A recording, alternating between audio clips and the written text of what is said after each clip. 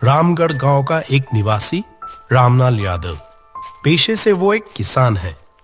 इस बरसात में उनकी सारी फसल नष्ट हो जाने के कारण वे गांव के कई लोगों से कर्ज लिया है। उस दिन दोपहर को गांव के जमींदार का खास आदमी मंगल रामलाल के घर पहुंचा। रामलाल, अरे रामलाल। जी बोलिए मालिक, प्रणाम। अरे तू वो सब छोड़, जमींदार साहब ने मुझे भेजा है। तूने उनसे जो कर्जा लिया था वो उनको अब वापस कब कर रहा है, बता तो। दरअसल इस बरसात में मेरी सारी फसल बर्बाद हो गई है मंगल जी। आप मुझे थोड़ा सा वक्त दे दीजिए, मैं लौटा दूंगा पैसे। सुन रामलाल, इतना समय नहीं है, बहुत दिन हो गए। तू अगले 2 दिनों के अंदर सारा पैसा ब्याज समेत चुका देगा, समझ गया? नहीं तो तेरा बुरा हाल करके इस गांव से निकाल दिया जाएगा, मैं ये बता दे रहा हूं तुझे। ये कहकर मंगल उस घर से चला गया। पर उसके तुरंत बाद घर में आए राघव। ए रामलाले, तूने मेरे इतने पैसे जो उधारी लिया है वो नहीं लौटाने का मन बना लिया क्या रे? नहीं, ऐसा मत कहिए राघव जी, ऐसी बात नहीं है। मैं लौटा दूंगा आपके पैसे, बिल्कुल। वो सब मैं नहीं जानता। अगले हफ्ते के अंदर तू मेरा सारा पैसा मुझे वापस लौटाएगा, समझा? नहीं तो देख लेता हूं तुझे मैं। रामलाल के घर से राघव चले जाने के बाद रामलाल मन ही मन सोचने लगा, हाय रे मेरी किस्मत, अब मैं क्या करूं? इतने सारे पैसे मैं कैसे लौटाऊं? मेरा तो सब कुछ खत्म हो गया। सब लोगों के ताने सुनने से अच्छा कि मैं मर ही जाऊं। गांव के पश्चिम दिशा में एक नदी है। उस दिन सुबह मंगल उस नदी की किनारे से जा रहा था। तभी अचानक नदी किनारे एक पेड़ की ओर उसकी नजर पड़ी। अरे ये मैं क्या देख रहा हूं? अरे कोई है इधर, जल्दी जल्दी आओ। क्या हुआ ये? गांव के सभी लोग उस पेड़ की ओर दौड़ के आए। राघव भी था उस भीड़ में। ये क्या? ये तो रामलाल है। लगता है ये कल रात की कहानी है। तू ऐसे गले में रस्सी डालकर मर गया क्या? मेरा सारा पैसा, फूटी किस्मत मेरी। क्या करेगा बेचारा, बाजार में इतना कर्ज बन गया था, मरने के अलावा कोई चारा तो बचा नहीं। चलो छोड़ो, अब इस लाश को तो ठिकाने लगाना होगा कहीं। फिर कुछ गांव वालों ने मिलकर रामलाल की लाश को पेड़ से उतार के गांव से दूर एक जमीन पर गाड़ दिया। उस दिन दोपहर को मंगल अपने घर जा रहा था। रास्ते में जमींदार साहब के साथ उसकी मुलाकात हो गई। क्या बात है रे मंगल, सुबह उधर बहुत शोर शराबा हो रहा था। अरे और क्या कहूं जमींदार साहब, वो किसान है ना रामलाल, कल रात को नदी के किनारे उस पेड़ पर लटक कर मर गया। क्या कह रहा है? मेरा सारा पैसा बर्बाद हो गया। मर जाता लेकिन मेरा पैसे लौटा कर तब ना। क्या कहना, अब यही तो किस्मत है। कुछ दिन इसी तरह बीत गई। एक रात मंगल नदी के किनारे के रास्ते से घर लौट रहा था। रात बहुत हो गई है, इस रास्ते से ही जल्दी जल्दी घर चलते हैं। जब वो उस रास्ते पर चल रहा था तो अचानक उसे एक हंसी की आवाज सुनाई दी।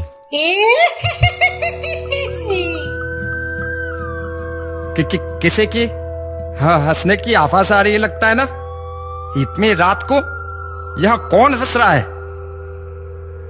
उसी क्षण मंगल को महसूस हुआ जैसे कि कोई उसके ठीक पीछे खड़ा है। जैसे ही वो पीछे मुड़ा, एक काली साया जैसे अचानक दूर चली गई। वो क्या था? क्या देखा मैंने? नहीं नहीं नहीं नहीं, मुझे जल्दी से घर जाना होगा। अगले दिन रात राघव भी उसी रास्ते से अपने घर लौट रहा था। देवगढ़ से लौटते लौटते बहुत देर हो गई आज। जो भी हो, जल्दी जल्दी चलता हूं। वहां मेरी भाग्यवान कितनी देर से मेरा इंतजार कर रही है। चलते चलते राघव को भी अचानक उस हंसी की आवाज सुनाई दी।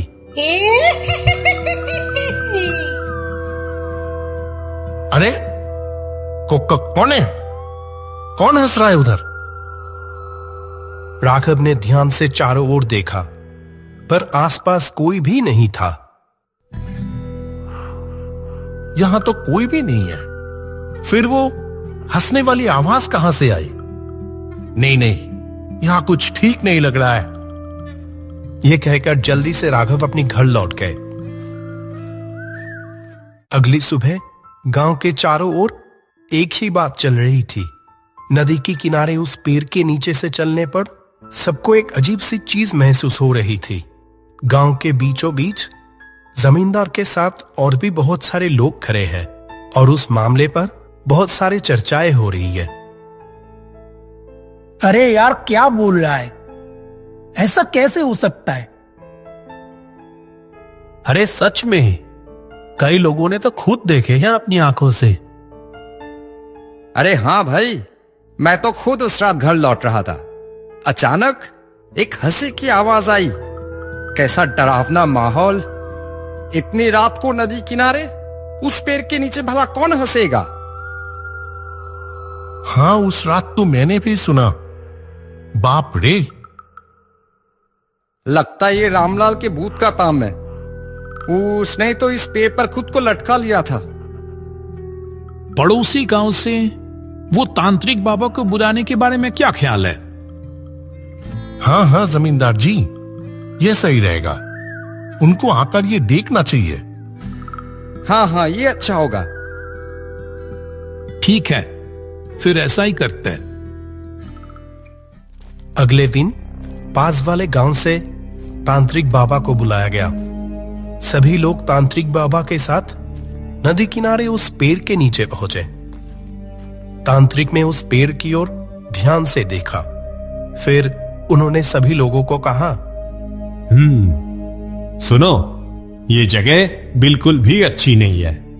मैं यहां किसी आत्मा की उपस्थिति महसूस कर पा रहा हूं। कोई दुर्घटना से हुई मृत्यु हुआ क्या था यहां पर? कोई जानता है? जी बाबा, इस गांव का ही एक किसान रामलाल कुछ दिन पहले इसी पेड़ से लटक कर अपनी जान दे दी। जैसा सोचा था। अब कुछ दिनों के लिए आप में से कोई भी अंधेरे के बाद या भरी दोपहर में इस रास्ते से नहीं जाएगा।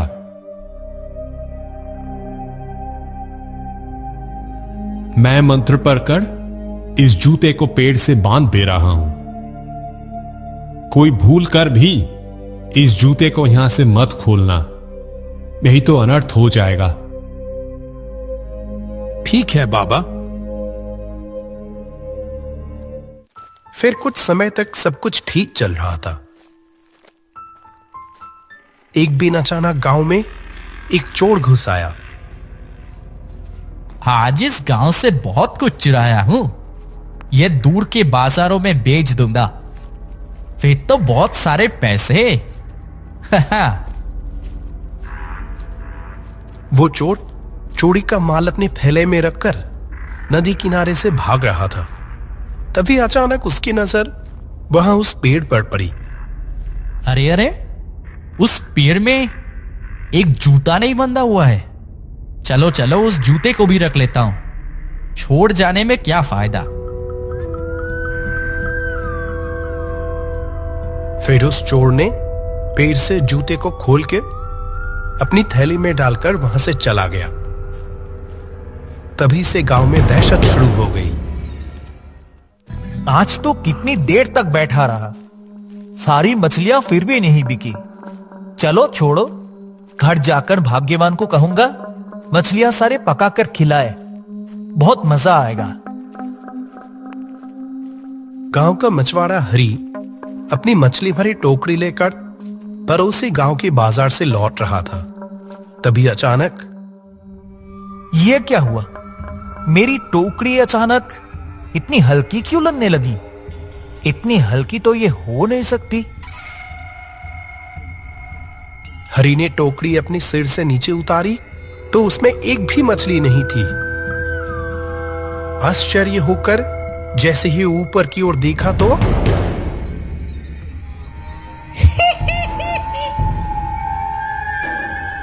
अरे बाप रे, बचाओ, कोई बचाओ मुझे। ये कहकर हरी पागलों की तरह वहां से भाग गया। अगले दिन इस जमींदार से थोड़े पैसे कैसे निकाले जाएं, वही दिमाग में चल रहा है। पूरा दिन मुझसे काम करवाएगा और फिर मुझे ही सुनाएगा। नहीं नहीं, मैं ये हर दिन बर्दाश्त नहीं कर सकता। ठीक उसी समय जब वो उस पेड़ के पास पहुंचा, अचानक एक ठंडी सी हवा बह गई। ये क्या? अचानक इतनी ठंडी हवा?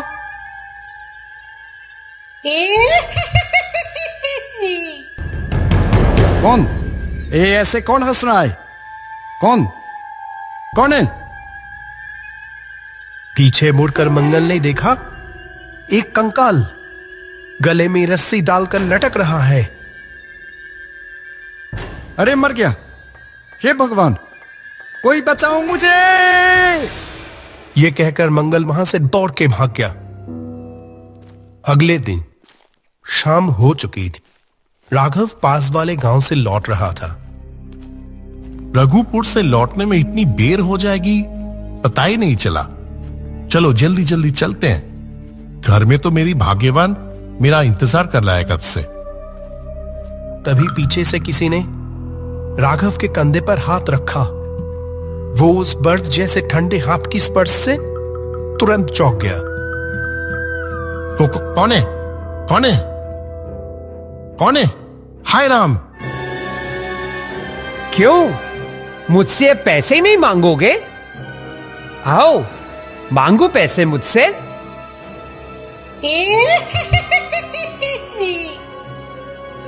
राम राम राम राम राम राम राम, मुझे नहीं चाहिए पैसे, मर गया रे।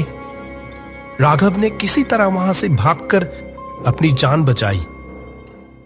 अगले दिन गांव के सभी लोग बरगद की पेड़ के नीचे इस मुद्दे पर घोर चर्चा कर रहे थे। इस गांव में जरूर कोई भूत आया है, जरूर कोई भूत आया है। जब देखा मैंने अपनी आंखों के सामने। हाँ बिल्कुल, वरना कोई कैसे मेरी मछली भरी वो टोकरी इस तरीके से साफ कर दिया? अरे बाप रे बाप! हाँ हाँ, कल तो मैंने भी अपनी आंखों से देखा। कितना डरावना दृश्य था वो। मैं तो किसी तरह बच के निकला हूं बस। उस तांत्रिक बाबा को ही फिर से बुलाया जाए, अगर वो कुछ समाधान बता पाए। हाँ हाँ, ये सही रहेगा, सही रहेगा ये। हाँ हाँ।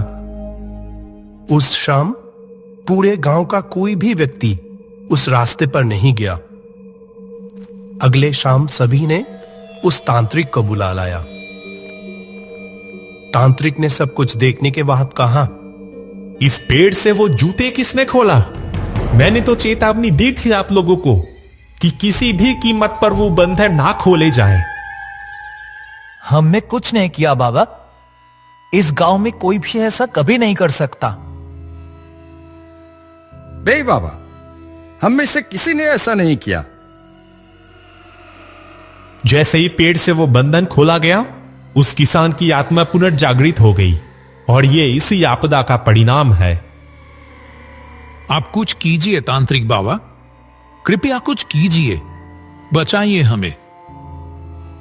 देखता हूं मैं क्या कर सकता हूं, आप लोग रुको। तब वो तांत्रिक उस पेड़ के सामने जाकर खड़ा हो गया।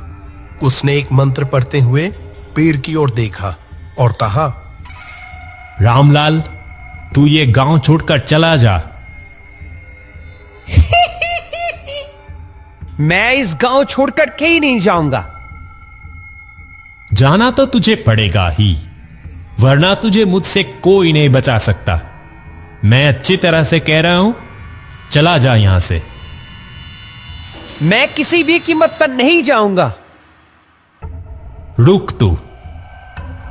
ओम ह्रीं क्रीं चामुंडाय नमः।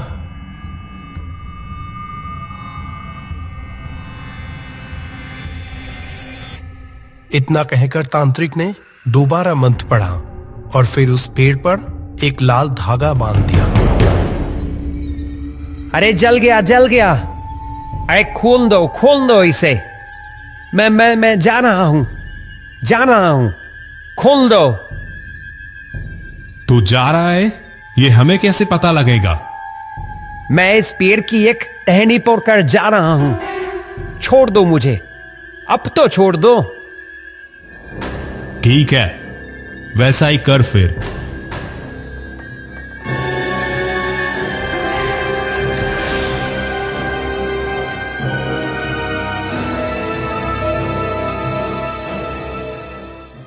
ये लीजिए, इस तावीज को गांव के किसी भी पवित्र स्थान पर जमीन पर गाड़ देना।